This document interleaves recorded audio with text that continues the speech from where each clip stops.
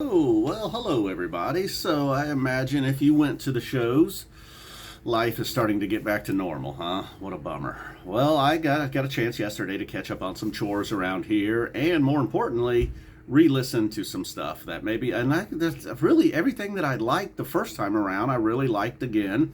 There was nothing that I was like, oh, this wasn't so good. Why did I? Maybe the Blaze On, possibly from I think it was Hollywood Bowl, maybe night two. That might have been the only thing that I was pretty hyped about when it happened, and then on a re-listen, it was just okay. Overall, still, I think my favorite thing from the entire run was that Antelope from the Hollywood Bowl. Hollywood Bowl Night 2, I think, has surpassed Seattle Night 1. Seattle Night 1, those first four songs were absolutely incredible, and then it seemed like the rest of the run, they were never going to top that until Hollywood Bowl Night 2. The two San Francisco shows were still my least favorite.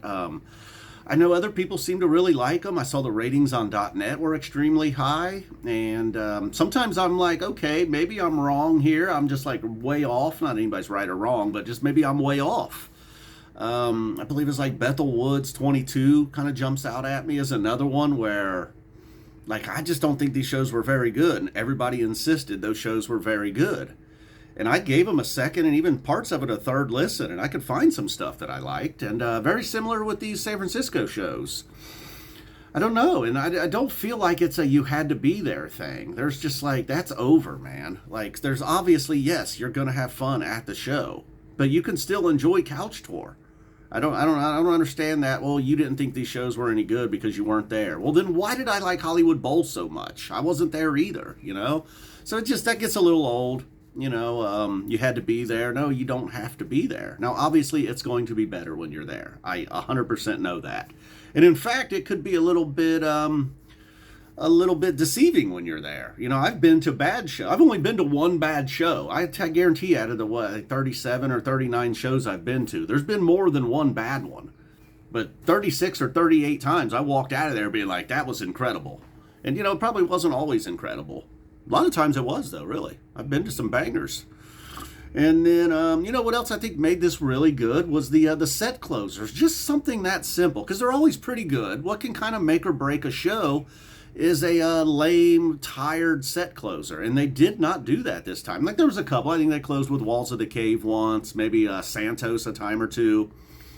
But really, it was song like Fuego was an encore one night, a Squirming Coil set closer, a Hood closing the first set. Most events aren't planned. I got whiteboards everywhere. Like I said, Walls of the Cave and Numberline. Maybe Seattle Night 2 didn't have the best set closers. Okay, just that Wild Ghost, Hood, Squirming Coil, and Everything's Right was actually kind of awesome. Oh, that was the other thing. Probably the weakest show on paper, Hollywood Bowl Night 2, was my absolute favorite show. You see stuff like Sea of Stars, Everything's Right, Ether Edge. Like, there was quite a few songs on there that, The Howling.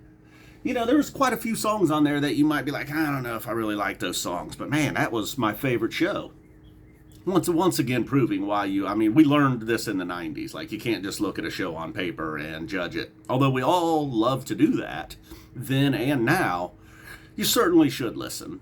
And, let's see, what was some other stuff that was... Oh, yeah, the Professor No Hair. I don't know if you guys know Louisiana legend Professor Long Hair, but when I referred to Paige as Professor No Hair, that was one of my favorite lines that I dropped throughout. And then, good encores as well. Not every single song in every encore, but I thought the encores they paid a little special attention to.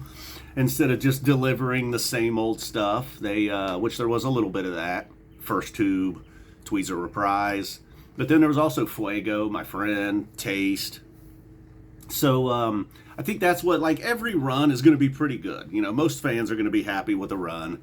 But then what takes it from good to, like, exceptional, I think this run, anyhow, was just simply the set closers and the encores, really. Because everything, the openers, the stuff in between, it's always going to be, pretty likable. But for me, anyhow, when they end a set with Possum or Walls of the Cave or Santos or more, yeah, it's just a little bit of a buzzkill on the set. So when you play a strong set and then you end it with just an awesome song, then it just gets even better. It's that simple, you know. So they didn't really have to. And then moving songs like Hood and Antelope around a little once or twice. That YEM early in the set. Oh, that Down with Disease. The late second set, Down with Disease. Boy, that was some fiery Trey. That was another one of my maybe overlooked moment. Maybe that was the most overlooked moment.